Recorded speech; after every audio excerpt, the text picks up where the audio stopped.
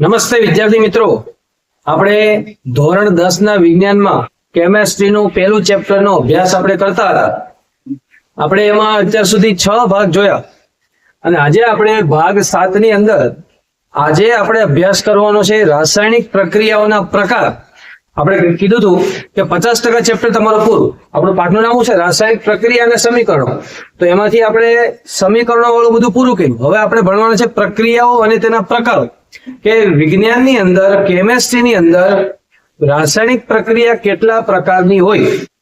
તો આપણે પહેલા શું કરશું, એ પ્રક્રિયાઓના નામ લખીશું. તો આપણે હેડિંગ મારીએ કે રાસાયણિક પ્રક્રિયાઓના પ્રકાર.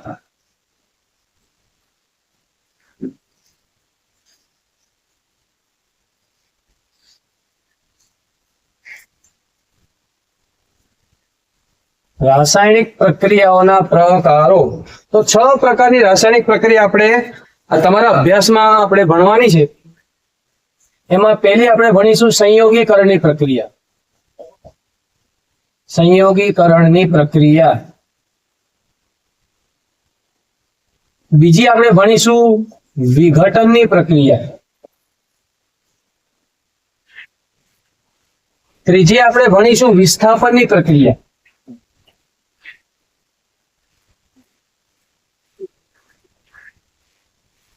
ચોથી આપણે ભણીશું દ્વિવિસ્થાપન.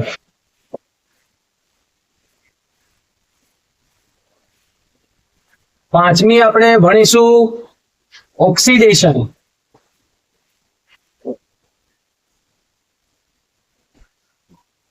અને છઠ્ઠી આપણે ભણીશું રિડક્શન. આ બંનેને કમ્બાઈનમાં આપણે રેડોક્સ પ્રક્રિયા પણ કહીએ, રેડોક્સ. તો આ 6 પ્રકારની પ્રક્રિયા આપણે ભણવાની છે: સંયોગીકરણ, વિઘટન, વિસ્થાપન, દ્વિવિસ્થાપન, ઓક્સિડેશન અને રિડક્શન. આ 6 પ્રકારની પ્રક્રિયાઓનો અભ્યાસ આપણે line to line step by step કરવાનો છે. તો આપણે સૌથી પહેલા કઈ પ્રક્રિયા ભણવાની છે? સંયોગીકરણની. સંયોગીકરણની પ્રક્રિયા કરવા માટે આપણે પહેલા એક પ્રવૃત્તિ કરીશું અને એ પ્રવૃત્તિ છે 1.4.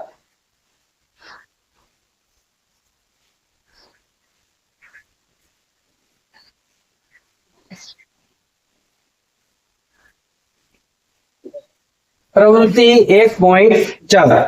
શું છે આનો હેતુ?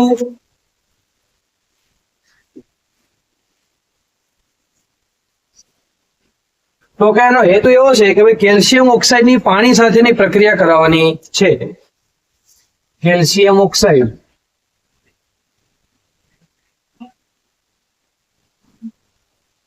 ની પાણી સાથેની પ્રક્રિયા કરાવો. કેલ્શિયમ ઓક્સાઇડ, CaO, ક્વિક લાઇમ, ઘણા બધા નામ છે. તો આમાં સાધન સામગ્રી લખવાની જરૂર નથી. શું કરવાનું, એક બીકર લેવાનું, એક બીકર ની અંદર કેલ્શિયમ ઓક્સાઇડ નો પાવડર નાખવાનો, સફેદ કલરનો જે પાવડર ભૂકા સ્વરૂપનો અથવા એના જે ટુકડા આવે તે નાખવાના. એની અંદર પાણી ઉમેરવાનું. પછી તમારે થોડા સમય પછી બીકરને સ્પર્શ કરવાનું અને પછી અવલોકન કરવાનું. તો આપણે ડાયરેક્ટ લખીએ હેતુ પછી પદ્ધતિ આમ નામ લખી નાખીએ તો ચાલીએ. તો કેલ્શિયમ ઓક્સાઇડ, ઓક્સાઇડ ને શું કરો તો કે એક બીકરમાં પેલા ભરો અને આ બીકરમાં શું એડ કરો તો કે થોડું પાણી એડ કરો. હવે થોડા સમય પછી આ બીકરને તમે શું કરો તો કે આ બીકરને તમે સ્પર્શ કરો અને પછી તમે શું કરો તો કે અવલોકન કરો. તો શું થશે તો કે અવલોકન કરતા ખબર પડશે. અવલોકન કરતા શું ખ્યાલ આવશે કે અહીંયા જે છે કેલ્શિયમ ઓક્સાઇડ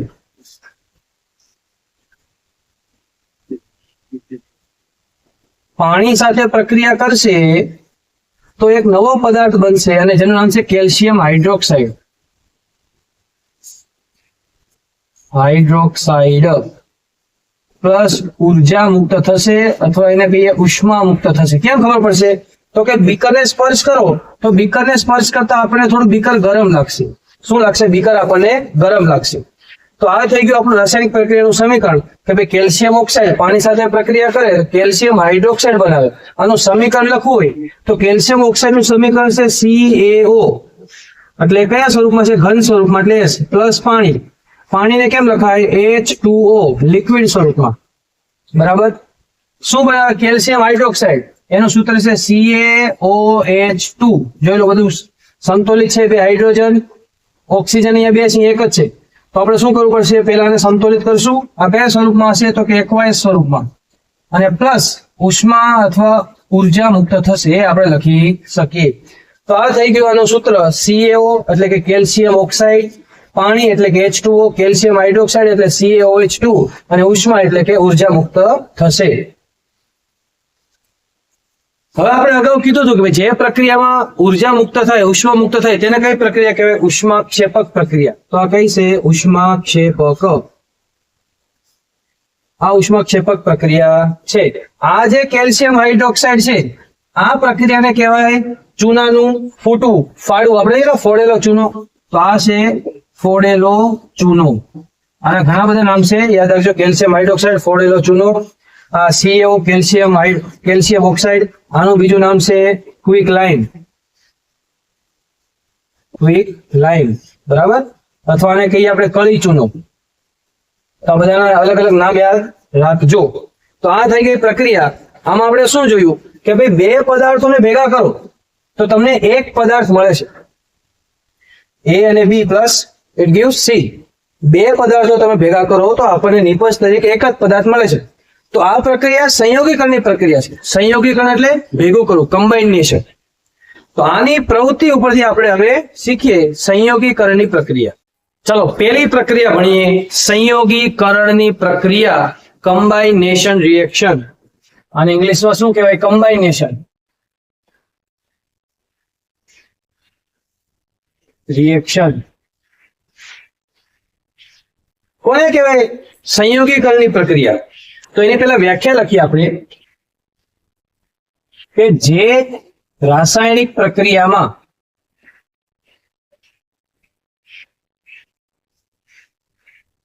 બે કે તેથી વધારે પદાર્થો વચ્ચે પ્રક્રિયા થઈને,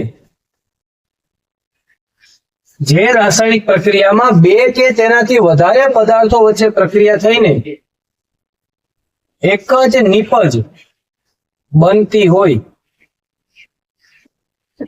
તેને આપણે શું કહીએ છીએ? સંયોગીકરણની પ્રક્રિયા કહીએ છીએ. જે રાસાયણિક પ્રક્રિયામાં બે કે તેનાથી વધારે પદાર્થો ભેગા થઈને એક જ નિપજ બનતી હોય તેને આપણે સંયોગીકરણની પ્રક્રિયા કહીએ છીએ. બે કે તેથી વધારે પદાર્થો ભેગા થાય, એક જ નિપજ બને. બે કે તેથી વધારે પદાર્થો ભેગા થાય, એક જ નિપજ બને. સંયોગીકરણ. હવે આના ઉદાહરણ જોઈએ આપણે.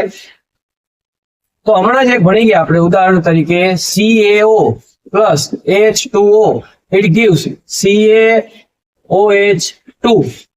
Calcium oxide, calcium oxide plus પાણી, ઇટ ગિવ્સ કેલ્શિયમ હાઇડ્રોક્સાઇડ.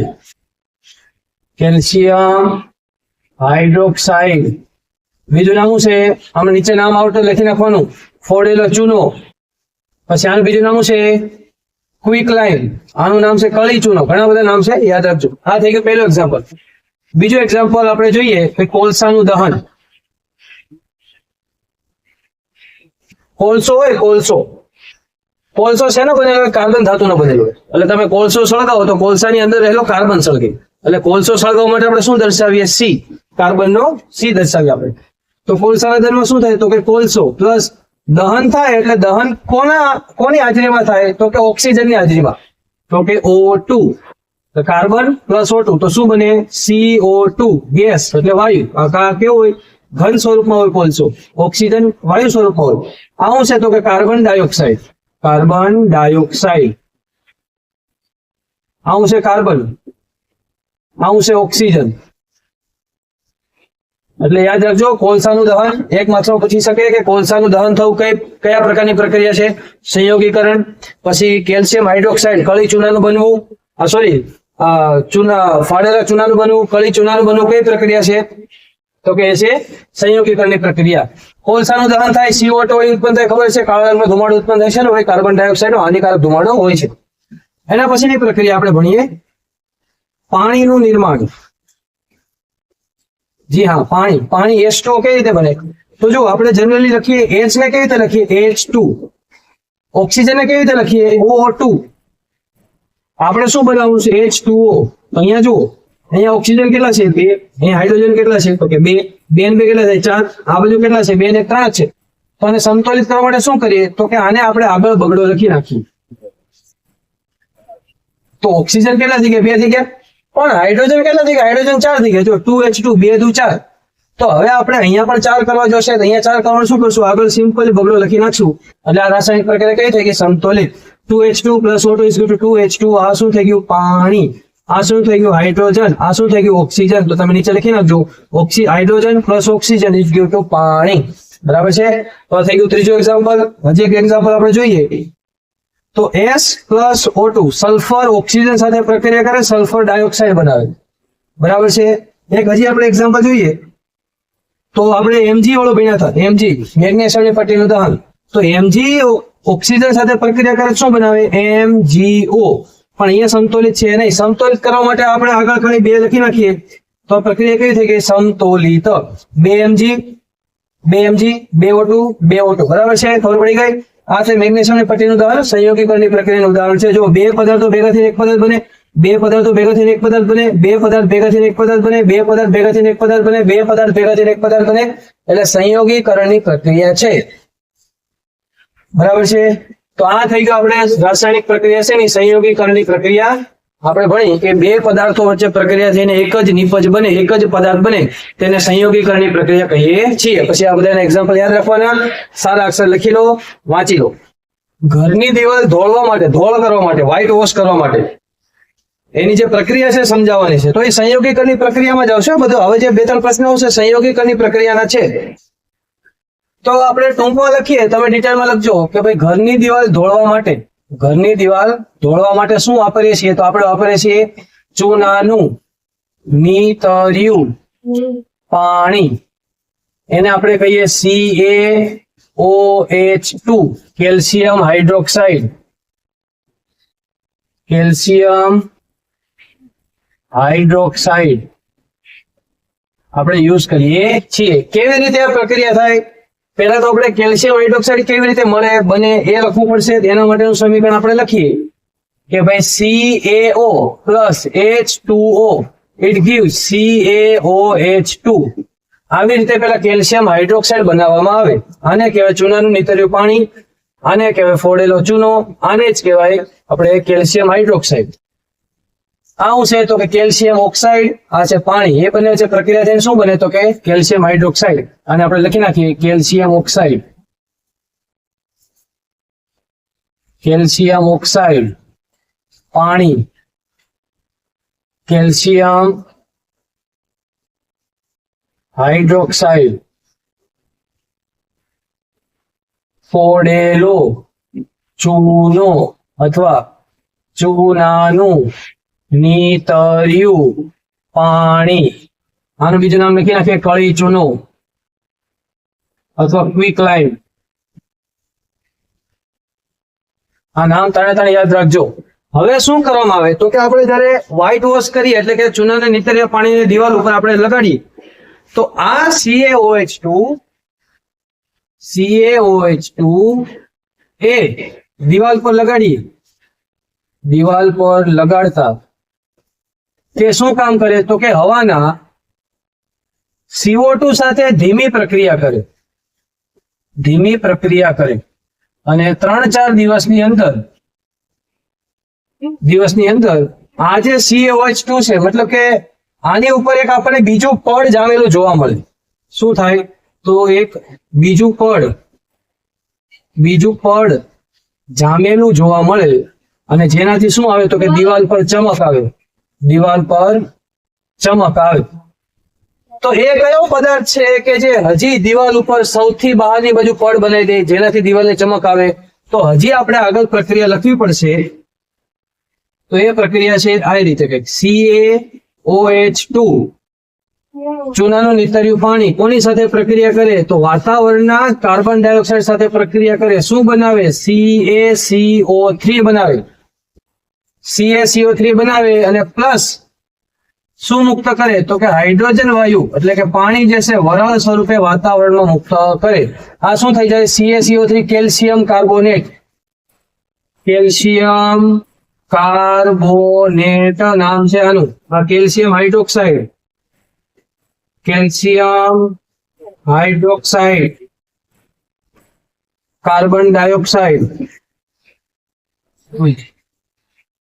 બરાબર તમે જુઓ બધાની ગણતરી કરો અહીંયા કાર્બન કેટલા છે એક અહીંયા કાર્બન કેટલા છે એક અહીંયા ઓક્સિજન કેટલા છે બે અહીંયા ઓક્સિજન કેટલા છે 3 ને 1 4 અહીંયા કેટલા છે બે બે ને 4 થઈ ગયા Ca કેટલા છે એક Ca કેટલા છે એક તો રાસાયણિક પ્રક્રિયા કેવી થઈ ગઈ સમતોલિત આ છે કેલ્શિયમ કાર્બોનેટ કે જેને આપણે દિવાલ ધોળવા માટે જે સૌથી બહારનું પડ જામી જાય છે જેનાથી દિવાલે ચમક આવે છે આ છે કેલ્શિયમ કાર્બોનેટ પદાર્થ છે ઘન સ્વરૂપમાં હોય એટલે ઉપર પડ જામી જાય તો એ ઘન સ્વરૂપમાં જો એટલે એને કેવું શું કહેવાય સોલિડ ચૂનાનું નીતર્યું પાણી એટલે એક્વાયસ આપણે કીધું હતું કોઈ પદાર્થ પાણીમાં ભળી જાય તો પાણી જેવું હોય તો એને આપણે એક્વાયસ કહીએ અને CO2 કયા સ્વરૂપમાં ગેસ સ્વરૂપમાં એટલે આ થઈ ગયું આપણું દિવાલને ધોળ કરવા માટેનું રાસાયણિક સમીકરણ તો આ બંને સમીકરણો તમારે આની અંદર લખવાના અગત્યનો પ્રશ્ન છે સરખી રીતે લખીને રિવિઝન કરજો